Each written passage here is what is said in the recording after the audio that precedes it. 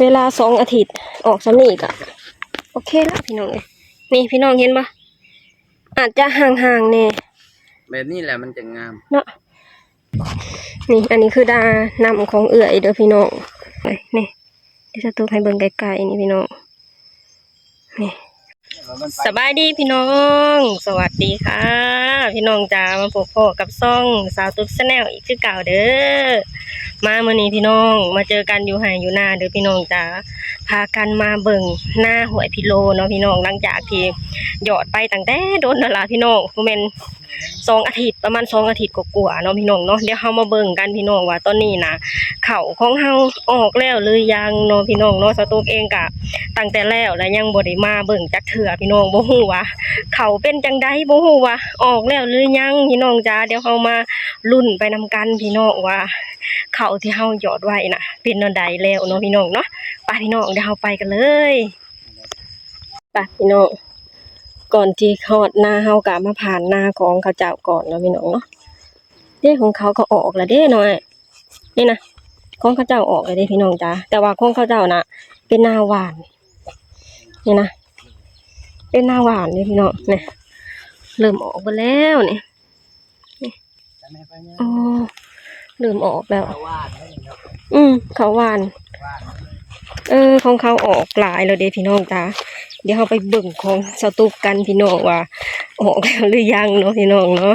ตั้งแต่เฮ็ดตั้งแต่หยอดแล้วก็ไปหน้าเหนือเลยพี่น้องบ่ได้มาเบิ่งเลยว่าเขานะออกสำใดแล้วพี่น้องจ้าเดี๋ยวเรามาลุ้นไปนำกันว่าเขาของสตูกจะเป็นจังใดเนาะพี่น้องเนาะนี่ของเขาเจ้าน่ะออกแล้วพี่น้องเลยเขาเจ้าหวานเอาเด้นี่โอ้ยปีที่แล้วเนี่ยเขาได้เขาหลายเด้พี่น้องเขาเจ้าหวานเอาเนี่ยได้จักสอบนะปีที่แล้วนะ180ปีที่แล้วนะเขาเจ้าได้100 ปลายพี่น้อง170-80นี่แหละพี่น้องจ้าแบบว่าพอเขาปีที่แล้วนะเขาหวานปีแรกพี่น้องบัดนี้พอเขาเห็นแบบว่าผลลัพธ์ค่อนข้างดีนะพี่น้องเขาเลยแบบเห็ดหวานเบิดถุงเลยเนาะพี่น้องเนาะโอ้ดอกกระเจียวทางย่างเขาหน้าของสตูกะจะไกลแหน่เด้อพี่น้องเดี๋ยวขาลงมาขากลับลงมาจังไปเบิ่งของนาเอื่อยของสตูกะเพิ่นออกสำใดแล้วเนาะพี่น้องความจริงกะเป็นทางผ่านระหว่างหน้าของสตูกะล่ะพี่น้องคือหอดหน้าของเอื่อยก่อนถึงจะหอดหน้าของสตูกเนาะแต่ว่าเดี๋ยวเราขึ้นไปเบิ่งข้างบนก่อนแล้วจังมาเบิ่งของเอื่อยโอ้อันนี้ก็มาผ่านใส่โอ้สิบ่ให้ย่างเลยบ่นพ่อใหญ่เลยโอนเห็นว่าเห็ดหน้าหวานก็ดีหวานไปทั่วที่เบิดบ่ให้คนหยานเลยบ่ไปพี่น้องอันนี้นี่อยู่ทางนี้คือหน้าของเอื่อยเด้อพี่น้องจ๋าเดี๋ยวไปเบิ่งหน้าสตูก่อนจังว่าเบิ่งของหน้าเอื่อยของสาระชาแนลออกกันได้เนาะนะของสาระก็ออกเลยพี่น้องจ๋าป้าคือที่เบิ่งหน้าเขาก่อนจังมาหน้าของมันสาระโอ้ยแล้วค่ะจ้าฮะไม่ใช่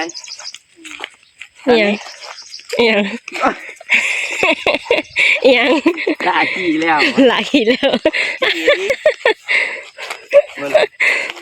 อะไรตายแล้วขี่ให้พอดมบ่คุณหน่อยแหละพี่น้องจ้าแล้วมันแดดป้าพี่น้องอากาศร้อนพี่น้องเลยตอนนี้ประมาณ8 โมงกว่าว่าประมาณ8 โมงกว่าพี่น้องเลยแดดไปพี่น้องคนหน่อยตัวพอคนหน่อยบอกว่าลาว่าฉันสุดท้ายมาลาบ่ซ้ำลมกันไปสุดทางเดี๋ยว2 บ่ลูกนี่พี่น้องเลย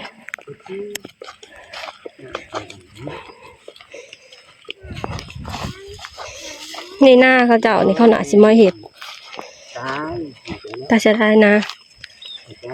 ไปเบิ่งหลานเล่าก่อนพี่น้องถ้าหากว่ามีหยาเริ่มขึ้นกะจะเริ่มพากันซื้อยาขายหยามาสีดได้บัดทีนี้ถ่ายฝนตก ฝนตกแล้วก็ใส่ปุ๋ยแล้วล่ะก็มาฉีดหญ้าเนาะพี่น้องถ้าว่าหญ้ามันขึ้นถ้าหญ้าบ่ขึ้นก็บ่ฉีดปีที่แล้วนะชาวตุกบ่ได้ฉีดอันยาฆ่าหญ้าเลยฉีดแค่ยาคุมมันก็มีขึ้นบ้างแต่ขึ้นบ่หลายก็เลยบ่ได้ฉีดยาฆ่าหญ้าพี่น้องพอแล้วถึงหน้าเราแล้วมาลุ้นกันว่าจะออกไหมออกไหมเนาะออกแล้วเด้สวยงามออกแล้วพี่น้องจ้า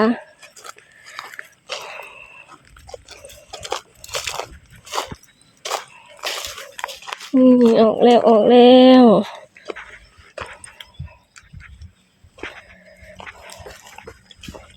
อกซ้ำนี่แล้วเนาะมีพี่น้องเวลา2 อาทิตย์ออกซ้ำนี่ก็โอเคแล้วพี่น้องเลยนี่พี่น้องเห็นปะอาจจะห่างๆแน่แบบนี้แหละมันจะงามเนาะห่างๆแน่บอลออกบอลบ่ออกบ่เป็นหยังมันยามนั้นเฮาสามได้เนาะพี่น้องจ้าแต่ซ้ำนี่แหละโอเคมันถี่ร้ายมันก็บ่เป็นโกเนาะพี่น้องเอ้ยค่อนข้างน่าพึงพอใจอยู่พี่น้องจ้าโอ้ยทางบนก็ออกบ่แล้วยังคิดไปละเบิ่งมาเอาลูกเด้อยังคิดไปละเบิ่งมาเอาลูกไปสิยังไปใช่ยังคิดไปละถ่ายแต่มาเอาลูกสิถ่ายอยู่นี่พี่น้องโอ้ค่อนข้างพึงพอใจอยู่พี่น้องจ้าออกซ้ำนี่ก็ถือว่าโอเคมันจะได้แบบว่าบ่ถี่พอบันไดนะพี่น้องคือปีที่แล้วนะให้เขาเจ้าอันแบบว่าจ้างเขาเจ้านะพี่น้องเขาเจ้าเฮ็ดที่เนาะแต่ว่าปีที่แล้วก็ได้เขาอยู่เด้นี่ออกแล้วพี่น้องค่อนข้างหนาพึงพอใจอยู่พี่น้องนี่มันก็จะเป็นแถวไปเลยเนาะอยู่ในกล้องน่ะสิบ่เห็นปานใดเด้พี่น้องเพราะว่าเห็นตาแบบว่าบ่ค่อยตาบ่ค่อย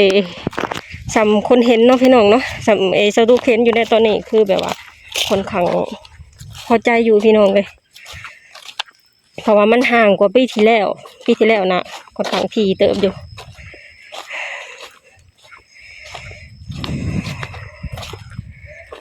ออกทุกไห่อยู่พี่น้องเลยเดี๋ยวไปเบิ่งทางดินดากอันประมาณ6 ไห่ประมาณโอ้ยประมาณเป็น10 ไห่หัวพี่น้องจ้าไห่ที่สตุกอันไห่เขาเจ้าเห็ดปีที่แล้วนะเดี๋ยวไปเบิ่งกันพี่น้องว่าจะออกบ่แต่ว่าอยู่แถวนี้น่ะค่อนข้างพอใจเลยพี่น้องมันก็จะมีบ้างบอลทีมันบ่ออกเนาะบอลทีเม็ดเข่าบ่ลงนะพี่น้องบางยามนั้นเขาก็มาสามใส่อีกทีมาดำใส่อีกทีก็ได้เนาะนี่ให้นี่พี่น้องออกค่ะกันเลยพี่น้องจ้า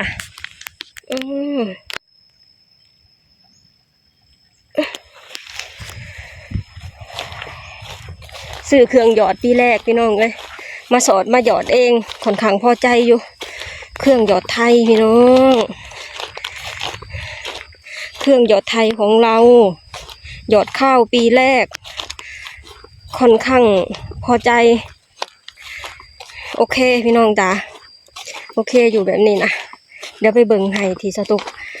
ป้าให้เขาเจ้าเห็ดปีที่แล้วแล้วก็กลับมาเห็ดเองปีนี้ว่าจะเป็นอย่างไรเนาะนี่นะออกคักอยู่ได้พี่น้องนี่โอเคพอใจพี่น้องค่อนข้างโอเค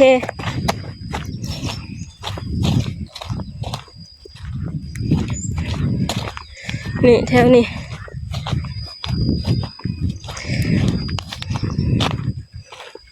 แถวนี้ก็ออกอยู่พี่น้อง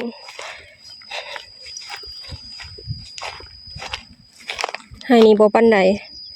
เพราะว่าต้นไทยน่ะค่อนข้างแข็งไทยบ่ลงพี่น้องเลยอันนี้คือบอนที่สตุกปลาให้เขาเจ้าเห็ดปีที่แล้วเนาะก็ออกอยู่พี่น้องจ้าโอเคอยู่แถวนี้บ่ค่อยออกนี่เพราะมันเป็นดินด่างพี่น้องเพราะว่าต้นที่หยอดน่ะค่อนข้างแดดนะพี่น้องเลยก็เลยเห็นให้บ่ค่อยออกปันใดเนาะนี่โอ้อยู่ทางน่ะเขียวทุ่มเลยของเขาเจ้า เขาเจ้าเห็ดได้ประมาณประมาณเกือบเดือนแล้ววะพี่น้องเขียวทุ่มเลยมาทางนี้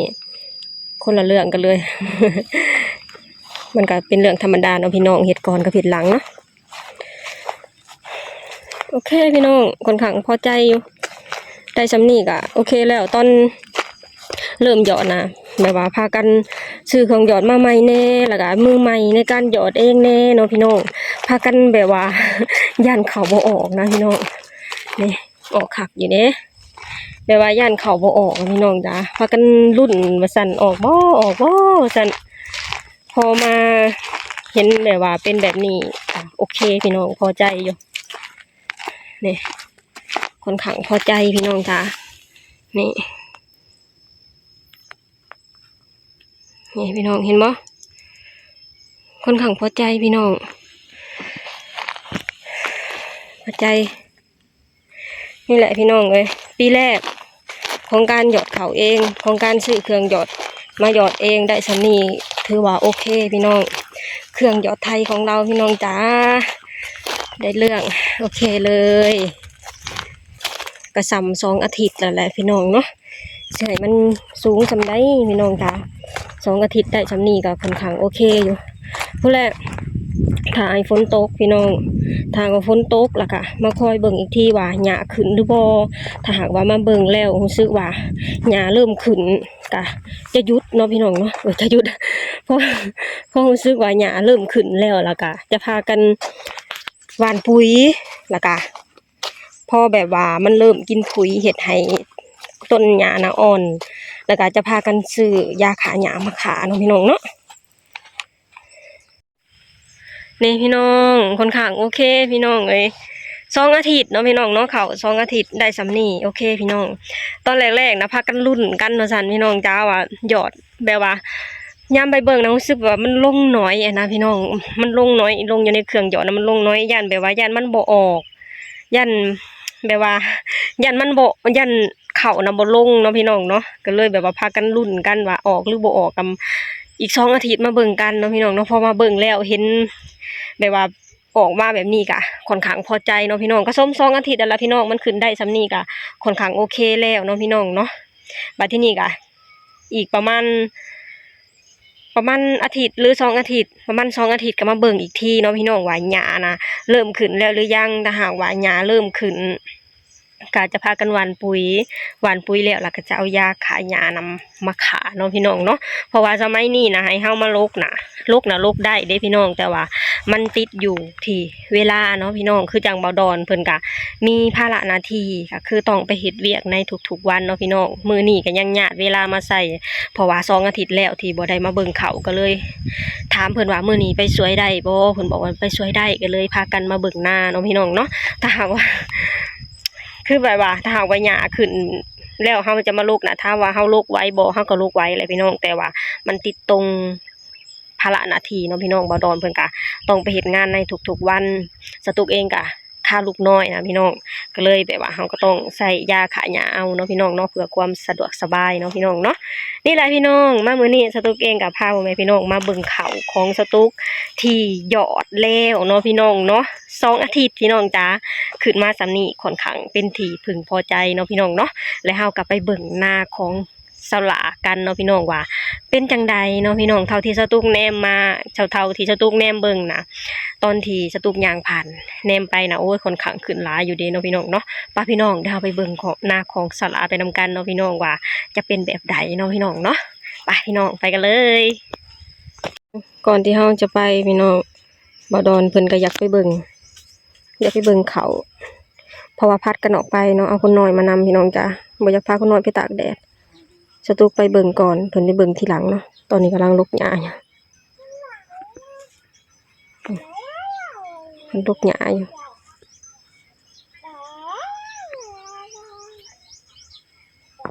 เป็นไดงามบ่งามโอเคบ่โอเคซ้ำนี่แหละเนาะ2 อาทิตย์อีกอย่างก็มือใหม่หยอดโอ้ยได้ซ้ำนี่โอเคแล้วก็ออกซ้ำนี่แล้วพอดีงามอาจารย์มันบ่ทีบ่ห่างเนาะพอดีงามคืออยู่ในกล้องนะจะเห็นว่าข่อยซัดปานใดเด้อพี่น้องแต่ว่าเบิ่งด้วยตาจริงแต่ว่าค่อนข้างโอเคอยู่พี่น้องจ้ะนี่แหละพี่น้องหน้าหวานเขายังถี่เลยมื้อนี้สตูกะพาแม่พี่น้องมารีวิวเขาเนาะพี่น้องมารีวิวเบิ่งเขาของสตูว่าหลังจากที่หยอดไป2 อาทิตย์แล้ว ออกมาสำใดแล้วเนาะพี่น้องพอมาเห็นแล้วกะค่อนข้างน่าพึงพอใจเนาะบ่ดอนเนาะมาที่นี่ดีอย่างหนึ่งคือว่า ปีนี้เขาเลี้ยงงัวไว้มันก็เลยบ่มีงัวมากินนะถ้าเกิดว่าเธอเขาบ่เลี้ยงไว้นี่ก็คือเบิดคืออย่างเบิดไปเดี๋ยวเราไปเบิ่งถอนไปปลาไก่ลายเดี๋ยวเราไปเบิ่งหน้าของเอื้อยกันเนาะพี่น้องว่าเพิ่นออกสำใดแล้วเนาะพี่น้องเนาะข้าวมาไม้ดินเว้ยสงสัยข้าวมายังอ่ะเนี่ยข้าวมาไม้ขี้ดินเขาไปจับปลามันไปแล้วอันนี้ข้าวมายังนี่บอกข้าวมาไม้ขี้ดินเด้อคนหน่อยสงสัยว่าเข้ามายังนี่เข้ามายังนี่เข้ามายังนี่อยู่ไปพี่น้องไปเบิ่งหน้าของเอื้อยกันเมื่อนะบัดนี้นะไปพี่น้องเดี๋ยวมาเบิ่งกันว่าหน้าของเอื้อยเป็นจังไดเนาะพี่น้องบางคนเลี้ยงงัวนี่ก็มาปลูกงัวใกล้ๆนี่พี่น้องเลยบัดลูกมันบ่ปลูกมันก็มากินข้าวแล้วเนี่ยเบิ่งดีเด้อแม่ใหญ่เด้อ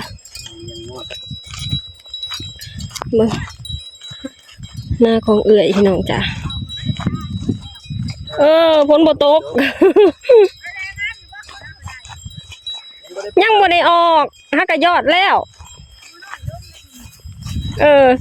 เบิ่งให้ดีๆหน่อยเด้อได้แน่แต่เขาเลี้ยงงัวไว้เนาะนี่พี่น้องอันนี้คือของเอื้อยเด้อพี่น้องอยู่ข้างเทิงกะสิบ่ปานใดเนาะพี่น้องเนาะออกซ้ำนี่กะค่อนข้างโอเคอยู่พี่น้องนี่นี่พี่น้องไปเดี๋ยวเราไปเบิ่งข้างหลุมกันพี่น้องเพราะว่าหน้าเพิ่นกะมีหน้าน้ำแน่หน้าโคกแน่เนาะพี่น้องหน้าน้ำกะจะงามกว่าหน้าโคกแน่เนาะพี่น้องเนาะไปเดี๋ยวไปเบิ่งหน้าน้ำกันพี่น้องอันนี้คือหน้าของสาวหลาชาแนลเด้อพี่น้องเด้อโอเคอยู่นะพี่น้องเว้ยสำนีโอเคแล้วพอใจแล้วเนาะบ่ดอนเนาะสำนีก็พอใจแล้วเพราะว่าออกทีร้ายมันกะจะบ่แตกห่วงเด้พี่น้องเอ้ยย่ามันขึ้นเฮงกันเขาเจ้าว่านนะเฮงบ้างกว่านี้พี่น้องนี่หน้าหยอดซ้ำนี่โอเคแล้วนี่เห็นบ่นี่พี่น้องนี่ค่อนข้างโอเคพี่น้องจ้ะโอเคเลยซ้ำนี่แหละพูดแหละพี่น้องมันออกมันใหญ่กว่านี้พูดแหละจังสิเห็นชัดเนี่ยตอนนี้กับยังเป็นเบี้ยทีน้อยๆเนาะพี่น้องเนาะกะสิบ่เห็นบ่ค่อยเห็นชัดปานใดฮะนี่เป็นหยังหน้าหวานครับหวานนี่ใช้หยอดแต่ว่ายอดลงหลายของเฮาเนาะแม่นลงหลายกว่าของเฮา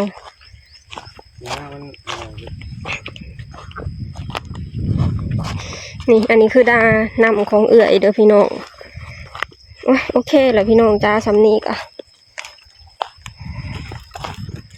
เขา2 อาทิตย์เนาะพี่น้องเนาะที่ซ้ำได้พี่น้องเลยนี่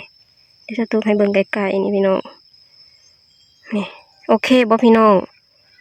ทางไทยเป็นคือกันบ่พี่น้องจ้าเม่นมาว่าจ้านำสตูกในเด้อนี่โอเค